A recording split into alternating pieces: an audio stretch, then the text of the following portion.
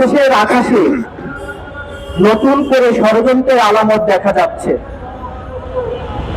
আমরা গত কয়েকদিন যাবৎ দেখছি যে বাংলাদেশের আকাশে নতুন করে ষড়যন্ত্রের নীল নকশা অলরেডি তৈরি হচ্ছে। আমরা যারা জাতীয়তাবাদের কান্ডারি, জাতীয়তাবাদের পতাকা তলে আছি, তাদেরকে গভীরভাবে চিন্তা করতে হবে।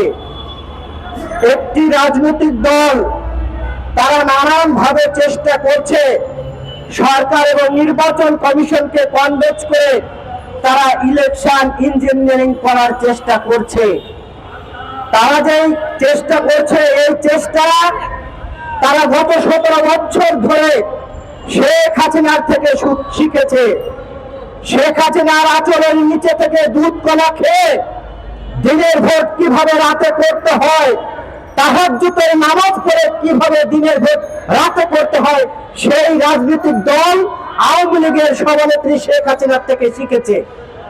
আজকে বাংলাদেশ থেকে কোটি কোটি মানুষ জুতা নিক্ষেপ করে তাড়িয়ে দিয়েছে। সেই শেখ হাসিনা দিল্লিতে আবার মোদীকে ভোট চুরির প্রশিক্ষণ দিচ্ছে। যে প্রশিক্ষণ গত 17 বছরে যারা 71-এর পরাজিত শক্তি তাদেরকে দিয়েছিল, নতুন করে তিনি দিল্লিতে ভোট প্রশিক্ষণ দিচ্ছেন।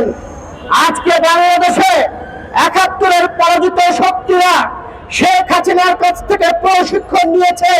গত 17 বছরে গুপ্ত থেকে কিভাবে দিনের ভোট রাতে করা যায় সেই প্রশিক্ষণ নিয়ে বাংলাদেশে অনেক ইউনিভার্সিটিতে কিভাবে তারা ভোট ডাকাতি করেছে বাংলার মানুষ বুঝতে পেরেছে। আপনারা যত কথাই বলেন না কেন, আমরা বাংলাদেশের জনগণকে নিয়ে ভারতের আধিপত্যের কাছে আমরা কখনো মাথা নত করিনি, চোখ লাগানোর কাছে মাথা নত করিনি, আপনাদের কাছেও মাথা নত করব না। আপনারা যত চেষ্টা করেন ভোট ইঞ্জিনিয়ারিং করে এবং জোর করে নেওয়ার, সেই জোর করার ক্ষমতা বাংলাদেশের জনগণ আপনাদেরকে মোকাবেলা করবে। আমরা দেখছি জামাতের বিভিন্ন রাজনৈতিক দলের বিভিন্ন প্রার্থী বিভিন্ন ভাবে আমাদের বিএনপির সিনিয়র নেতৃবৃন্দকে নিয়ে অকথ্য ভাষায় কথাবার্তা বলছেন, কুরুচিপূর্ণ কথাবার্তা বলছেন। আমরা কুরুচিপূর্ণ বক্তব্য দিতে চাই না, কারণ আমাদের নেত্রী, আমাদের নেতা আমাদেরকে কুরুচিপূর্ণ বক্তব্য শিখায় নাই।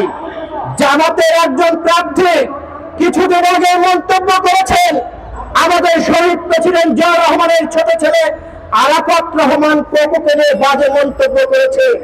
আমি তাদেরকে বলতে চাই, বাংলাদেশের মানুষ যেভাবে ভারতের আধিপত্যকে জুতা দিয়ে নিক্ষেপ করে তাড়িয়ে দিয়েছে, আপনাদেরকে বাংলাদেশের জনগণ পাকিস্তান তাড়াবে, বেশি সময় লাগবে না।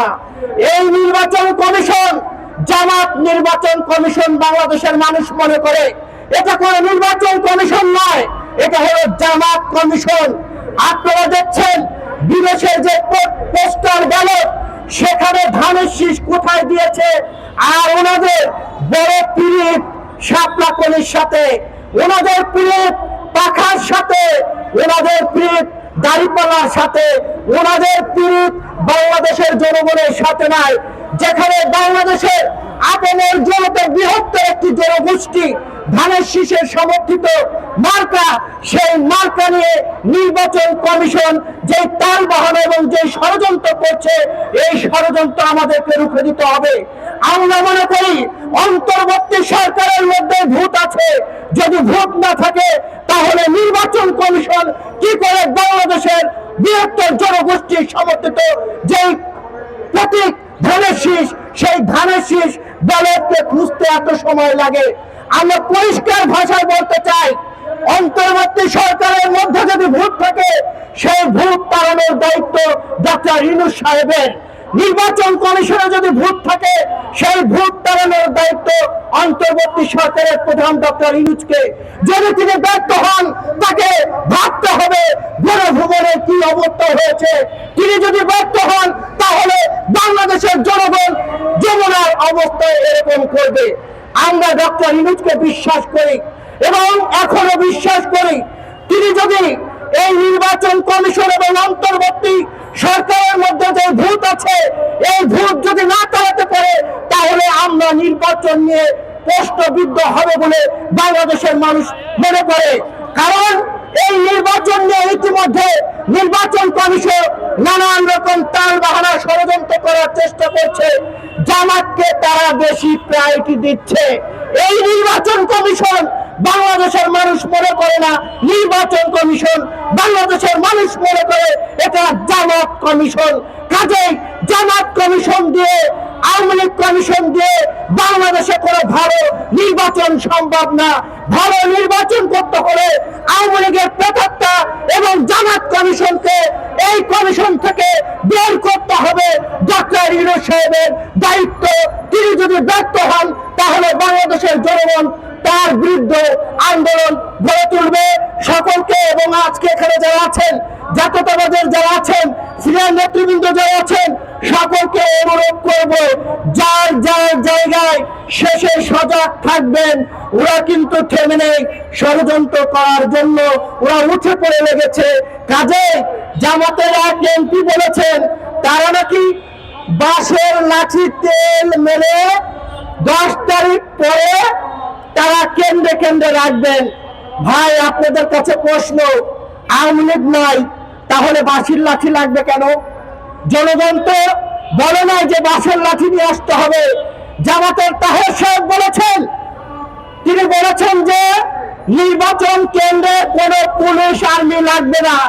তাহলে তাহের সাহেব কি লাগবে? জামাতের ক্যাডার লাগবে। দিনের ভোট রাতে করার মতো জোর করে দিয়ে যাবেন। বাংলাদেশের মানুষ সেটা হতে দেবে না।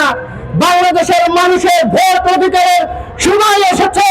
জীবন দিয়ে হলো তাদের ভোট প্রয়োগের সমাধান ইনশাল্লাহ আমরা তাদের সাথে নিয়ে করব। সকলকে ধন্যবাদ জানিয়ে আমি আমার কথা শেষ করছি।